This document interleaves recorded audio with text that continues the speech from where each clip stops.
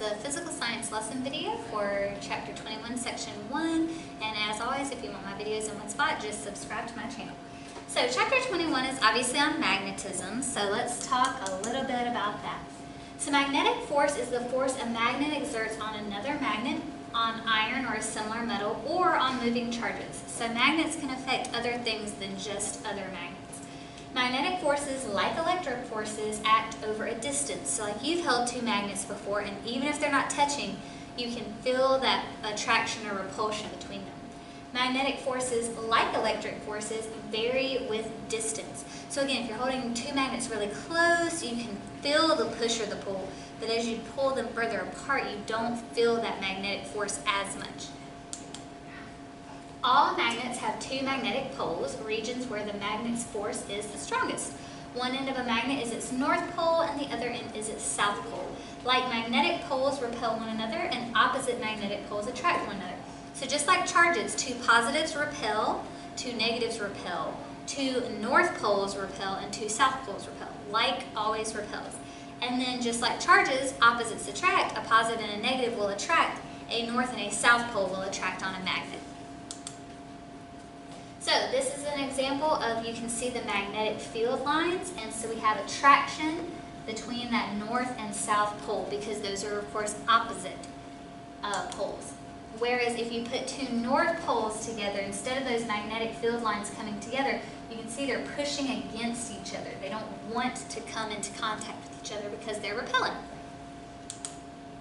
A magnetic field surrounds a magnet and can exert magnetic forces. A magnetic field which is strongest near a magnet's poles will either attract or repel another magnet that enters the field. And so if you look, again, here's our magnetic field lines. They're drawn from the north to the south pole. That's the direction of the magnetic field lines. So if you have a magnet and you sprinkle iron filings, which is just a really finely ground iron around it, you can actually see the magnetic field lines. And it looks similar to this. And so if you bring two north poles together, you can actually see the iron filings making the shape of repulsion. And if you bring a north and south pole together, you actually see the iron filings connect the two magnets together. It's actually really interesting. I can't obviously show you in this video. I mean, I guess I could get it out and put it on the table, but that's something I would show you in class, not on a video. So Earth is like a giant magnet surrounded by a magnetic field. The area surrounding Earth that is influenced by this field is the magnetosphere. So this is the reason that compasses work, is because Earth is like a large magnet surrounded by a magnetic field. Okay, and of course on the Earth we have our North Pole and our South Pole, and so you can see your magnetic field lines that surround the Earth just like an actual magnet. Within an atom, electrons move around the nucleus. This movement, along with a property called spin, causes electrons to act like tiny magnets. So in the atom, we have the nucleus in the middle, which is protons and neutrons, and the electrons are around the nucleus in the electron cloud. But as those electrons are in the electron cloud, they're also spinning. And so that little spin causes them to act like tiny magnets themselves. In many materials, each electron is paired with another having the opposite spin. So if one's spinning clockwise, the other's spinning counterclockwise. So the magnetic effects cancel each other out. That's why I'm not magnetic. That's why this marker is not magnetic. Our electron spins have been canceled out, and so we are not magnetic. Many other materials have one or more unpaired electrons, so they have the option of being magnetic, but the magnetic fields usually don't combine because the arrangement of atoms is not right. Okay, so then what does make things magnetic? Why are some things magnetic and why are they not? Okay, so clearly we can see it's based on electrons, so you need to have an unpaired electron that doesn't have its spin canceled out, but even if you do, you still may not be magnetic. So what's going on here? In a few materials such as iron, nickel, and cobalt, the unpaired electrons make a strong magnetic field. Then, this is the important part, the fields combine to form magnetic domains. So even if something has an unpaired electron, if the fields don't combine to form the magnetic domains, it's not going to be magnetized. A magnetic domain is a region that has a very large number of atoms with aligned magnetic fields. So in other words, we need to get all the atoms on board together to align their magnetic fields to make the whole object magnetic. So what do these things look like? So a ferromagnetic material can be magnetized because it contains magnetic domains, When a material is magnetized, most of the magnetic domains are aligned. Okay, so see, these are our different domains. And so if you notice this up here, all of them are aligned in different directions. So they're all pointing in different directions. So this material will be unmagnetized. However, down here, if you look, they're not exactly in the same direction, but see how on average they're all kind of pointing this way? So this would be an example of a magnetized material because now all of its domains are aligned in the same general direction.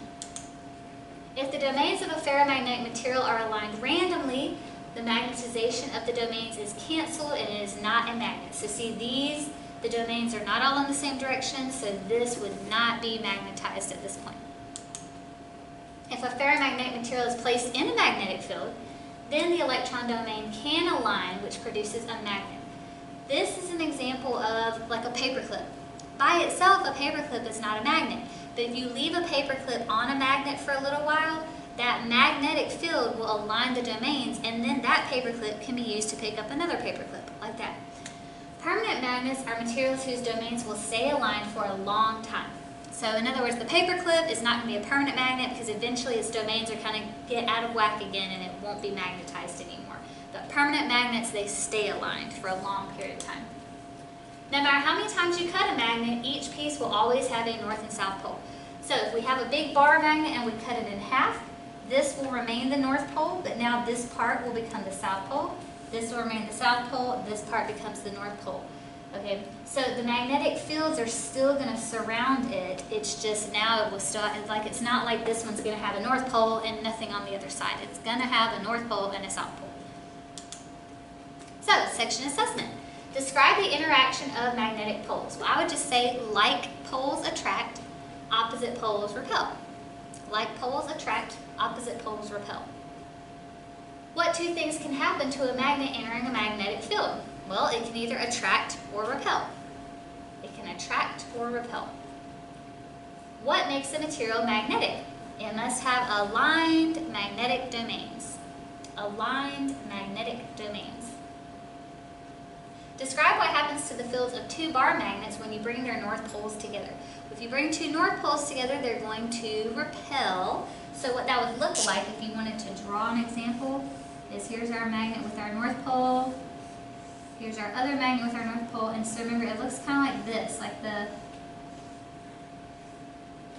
field lines are kind of pushing away from each other. So that would be what it would look like. Whereas if it had been a north and a south pole, we would connect the two magnets because they start attracting.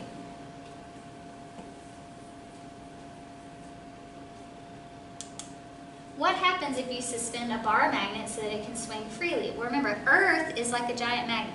So this right here is kind of like a compass. So the magnet will align with Earth's magnetic field. The magnet will align with Earth's magnetic field. And then how are electrons responsible for magnetism? Well, remember, the spin of the electrons makes them act like tiny magnets. And so that spin creates those magnetic domains. Alright, so the spin on the electrons makes them act like tiny magnets, and they help make up those electron domains, those magnetic domains. Alright, so hopefully now you understand a little bit more about why some materials are magnets and why some are not, and how magnets attract and repel one another.